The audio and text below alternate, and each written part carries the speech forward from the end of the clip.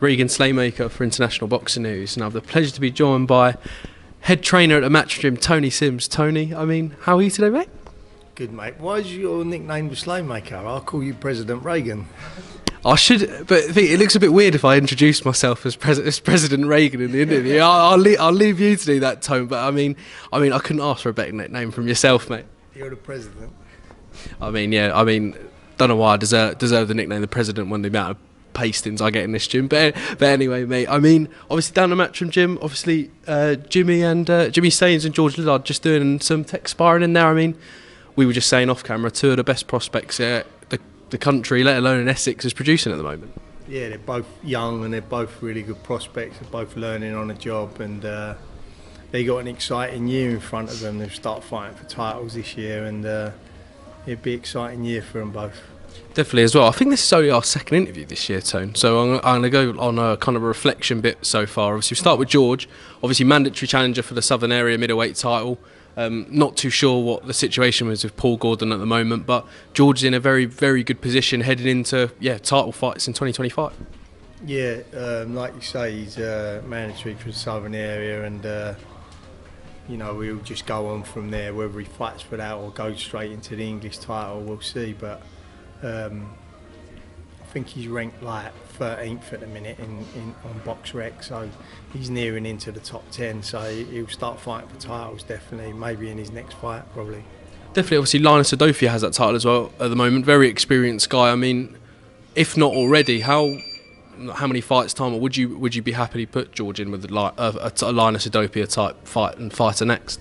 I think George is ready to go, really, but he just needs the rounds under his belt. That's all that he is, and he's ready to fight for titles, and he's an exciting fighter. He can punch, he can box, he can move. He's a good fighter, and he's ready to go now. I'm just going to let him off the leash this year and see what he collects in the belts. Definitely, mate, as well. And then Jimmy as well, 7 fights, 7 KOs. Excellent year ahead, and also headlining down at the Brentwood Centre. What a night. The Brentwood Centre was bouncing that night as well. That's right, yeah, and we know his nickname's Jimmy 7 Sains. We know it's his real name, Jimmy 7 Sains. It's actually his middle name, 7, so the 7 KOs goes well. And I think we'll have the old number 7 printed on his shorts.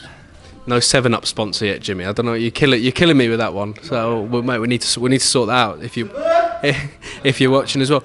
How far away is kind of Jimmy from that title contention as well? Or do you think same as George? George will be fighting for titles beginning of the year. Jimmy later on in the year next year. Yeah, Jimmy's not that far. Like George has had 2 scheduled 8-rounders, and Jimmy needs to have his couple of scheduled 8-rounders, and then he'll be ready to go. It's just about doing the rounds, getting a bit of experience. That's all it is. And Jimmy's not far behind George. And as you say, a couple of scheduled 8-rounders, and then he'll be ready to go into titles as well. Move on to Maiseyrose. Obviously, undefeated until her last fight. Obviously, lost to Jasmina, but back in the gym, ready to get a win out of the way, and then back into that kind of fringe European level where she wanted to be going into that fight with Jasmina. Yeah, I think she's going to drop down a weight, because what it was, she was kind of walking around at flyweight and at the weight, and all the girls she was fighting was all like super flyweights really, so they seemed a lot bigger than her. But I think she's going to drop down to light fly, which in Britain I think there's probably only about 1 or 2 around at that weight, but obviously that will be her natural weight. So she said to me she wants to drop down to that weight and then come back at that weight.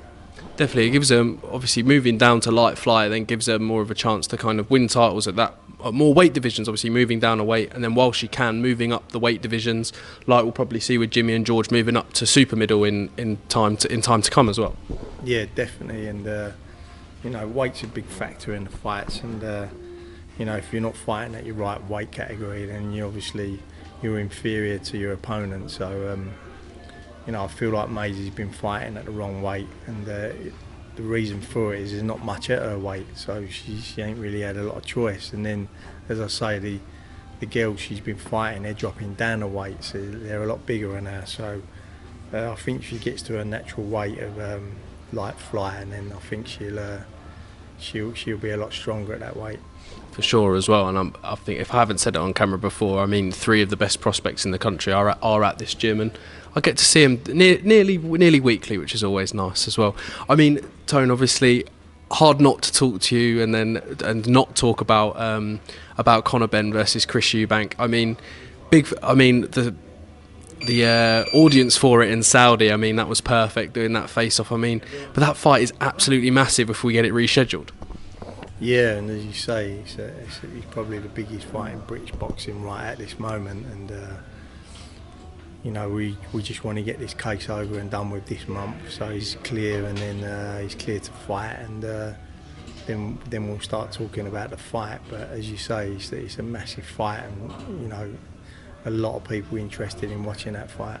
Definitely, mate, as well. Is it kind of not really looking at any opponents until kind of the case is finalised this month, I think you just said? Yeah, you know, we want to get this case out of the way this month, and then you can start talking about the fights, you know, and but obviously that's the major target, is that fight, and you know, Conor, he's obviously up for that fight. It's a family thing that goes back many years, and as we know, and I think a lot of people are getting excited about both them names getting back into the ring again. They definitely are as well. I mean, two fighters that are training down the gym, but obviously haven't made their professional debuts. So we start with Shona Whitwell. I mean, a lot of noise being made about her in the amateurs, but yeah, turning over with yourself, just trying to get her a fight day, I think. Yeah, she's up for her licence next month, so she's up in front of the board, so she's got to get her licence first, and then we're just trying to secure a deal for a promoter at the moment.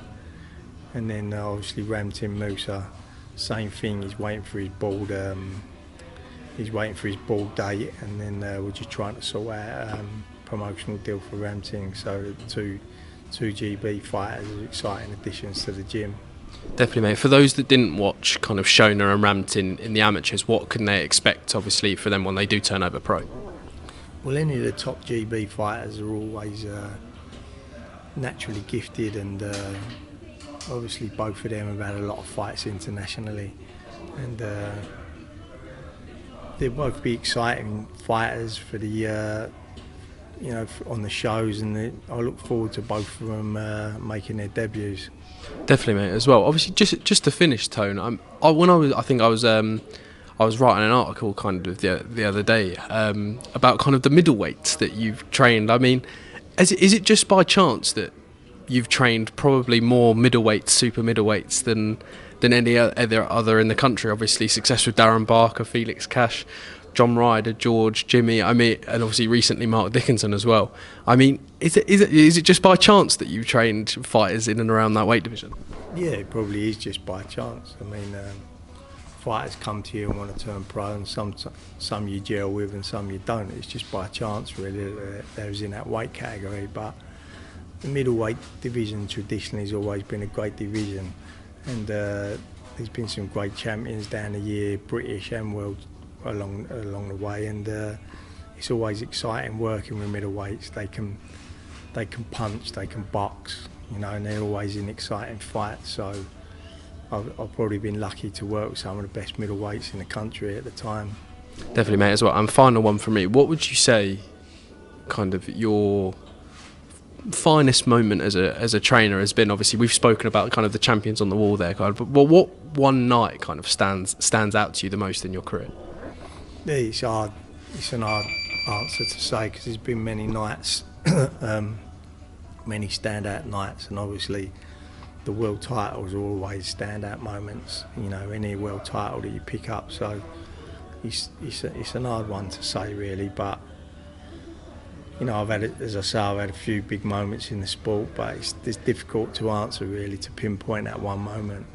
Maybe it's the president making his comeback, Tone. Maybe it'll be that one. Tone, I mean, smash through my questions, mate. I'll give you the final word. Any final words for kind of, I mean, yeah, the fans waiting to see all the fighters and you back in the corner, mate? Yeah, should be pretty soon. Roping Jimmy and George fighting on, and Maisie fighting in December, so we're just waiting for news of that. Perfect. Tony Sims, thank you very much, mate.